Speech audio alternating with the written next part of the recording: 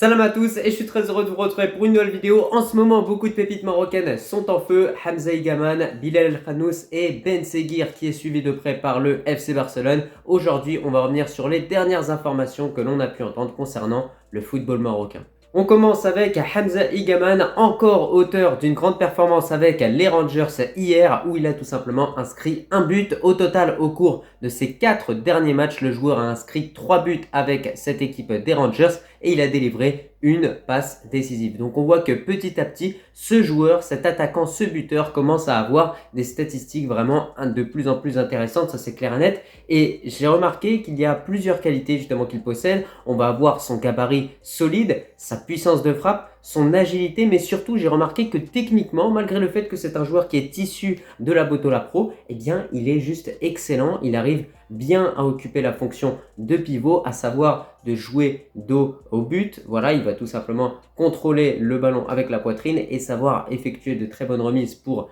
ses coéquipiers. Et ça, c'est des choses qu'on peut voir à plusieurs reprises lorsqu'il dispute des matchs. À chaque fois qu'il y a des deuxièmes ballons, il arrive à les avoir avec cette équipe écossaise. Et à chaque fois qu'on lui donne un ballon, il ne le perd pas. Et donc ça, c'est une qualité que peu d'attaquants possèdent en réalité. Mais on remarque de façon générale qu'il reste quand même un buteur très complet. Avec cette équipe des Rangers, Hamza Igaman est en train de progresser petit à petit. Et d'ailleurs, Walid Regragui suit de près le joueur et l'aurait inscrit dans la pré-liste du prochain rassemblement, du coup qui arrivera prochainement. Donc c'est-à-dire qu'il fait partie clairement des noms au niveau desquels notre sélectionneur a clairement jeté un œil, même si on pense qu'à chaque fois quand même au niveau des buteurs, ça restera El Nisri, Rahimi et Ayoub El Kaabi qui vont toujours être convoqués. Mais ça n'empêche pas qu'il faut quand même jeter un œil sur ce joueur-là. Moi j'ai pu le voir jouer à plusieurs reprises avec les Rangers et honnêtement on voit qu'il apporte un vrai plus à cette équipe. Sans oublier bien évidemment d'évoquer sa masterclass totale contre l'OGC Nice où le joueur a inscrit un doublé et a également effectué une passe décisive. Et au cours de ce match, il a juste humilié l'équipe de Nice. Voilà, cette défense niçoise, il a réussi à leur mettre des petits ponts. Il passait à droite, il passait à gauche.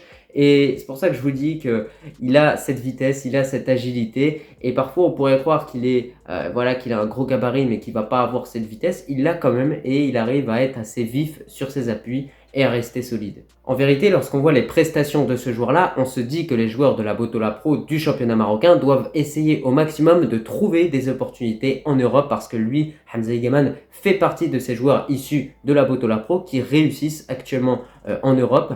Alors bon, ce qu'il faut savoir, c'est qu'avant, il évoluait du côté de la SFA et j'ai l'impression que voilà, il a eu son petit temps d'adaptation. Ce n'était pas forcément évident au début avec les Rangers parce qu'il n'avait pas du tout énormément de temps de jeu. Mais on voit que petit à petit, plus les matchs avancent, plus il est vu comme le futur de cette équipe des Rangers. Il est vu comme une pépite à fort potentiel et donc forcément, son temps de jeu s'accroît au fur et à mesure du temps. Et voilà, au niveau de la concurrence, ça peut être compliqué pour lui, mais on voit que step by step, il arrive à obtenir de plus en plus de minutes et c'est là où ça devient réellement intéressant parce que une fois qu'il va s'imposer en tant que titulaire indiscutable au sein de cette équipe des Rangers, eh bien, il y a d'autres grands clubs européens qui vont directement s'intéresser à lui et on sait que l'Écosse, c'est juste à côté de l'Angleterre, donc directement, il pourrait se retrouver en première ligue dans un club intermédiaire, voire un très bon club comme tout simplement Arsenal. Parce que moi, je vous le dis honnêtement, regardez juste les prestations qu'il sort sur le terrain. C'est en quelques touchés de balle, on voit tout le potentiel de ce joueur-là. Je trouve que c'est remarquable ce qu'il fait. Je ne sais pas ce que vous en pensez et n'hésitez pas à me donner votre avis en commentaire. Ensuite, il y a bien un joueur marocain dont on a entendu parler cette semaine, c'est Bilal El Khannous qui a été auteur d'un énorme match avec Leicester face à West Ham. Alors le joueur marocain a inscrit un but et a délivré une passe décisive et a même été élu homme du match. Donc, juste pour vous dire, je pense que c'est un match référence pour ce joueur-là, un match qu'il ne risque pas d'oublier et jusqu'à présent, c'est peut-être un des meilleurs matchs de sa carrière tout court. Donc voilà, il faut vraiment qu'il continue sur son chemin, clairement. Alors concernant Bilal El Khannous, on remarque qu'il se distingue via plusieurs qualités, sa vision de jeu, sa qualité de passe, sa qualité technique et surtout sa capacité à bien conserver les ballons qu'on va lui donner et réellement les bonifier. C'est-à-dire que voilà, au-delà de juste conserver le ballon, il arrive également à trouver des passes clés Et voilà, parfois je suis vraiment impressionné par le type de passe qu'il va tout simplement fournir à ses coéquipiers, parce que parfois il y a une passe qui va réussir à casser toute une ligne. Et ça, je pense que c'est vraiment une qualité que j'espère que ce joueur-là exploitera, en tout cas en équipe nationale, parce que je trouve qu'on l'a trop peu vu, cette qualité réellement. Voilà, on voit qu'il a des bouts de match, il n'a pas énormément de temps de jeu, mais si en équipe nationale il peut nous ressortir ça, alors là ce serait juste exceptionnel, parce qu'il y a des actions, je vous assure, si vous regardez bien comment il joue Bilal El Khannous, vous verrez que sur certaines actions, il arrive à vous faire des passes qui éliminent 3, 4, voire 5 joueurs. Et c'est là où ça reste quand même assez remarquable, tout simplement, ce qu'il fait sur le terrain.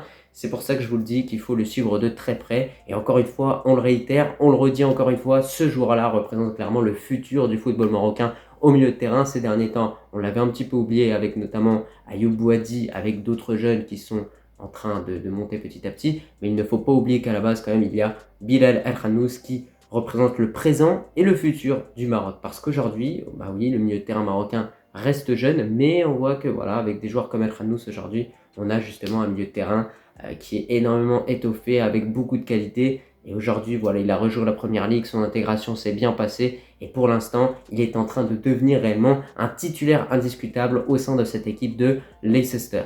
En tout cas, de votre côté, n'hésitez pas à me dire en commentaire ce que vous en avez pensé de la prestation de Bilal El Khannous. Mais moi, je pense que c'est la première prestation d'une grande série, Inch'Allah, de très bonnes prestations que ce joueur-là pourrait nous proposer avec cette équipe de Leicester. Suivez-le de près, parce que vraiment, je vous dis, même je regarde de temps en temps un petit peu ce qu'il fait en Première Ligue, c'est vraiment très pertinent.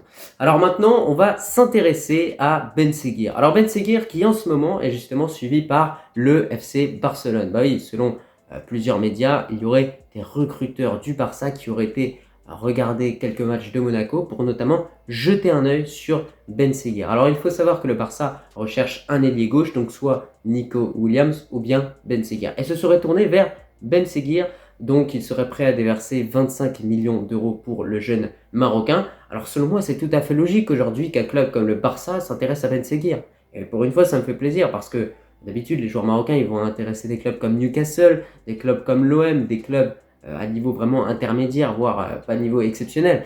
Mais là, un grand club comme le Barça qui s'intéresse à Ben Seguir, bah pour une fois, voilà, c'est pas Ben Seguirinho qui les intéresse, c'est vraiment Ben Seguir, le joueur marocain, et c'est là où ça fait quand même un petit peu plaisir. J'avais d'ailleurs parlé un petit peu de ce point lors d'une de mes dernières vidéos. Donc Ben Seguir, il faut savoir que il a d'ailleurs été élu meilleur joueur du mois avec l'AS Monaco. En 5 matchs, il a inscrit 3 buts et délivré une passe décisive. Depuis le début de cette saison 2024-2025, il est exceptionnel.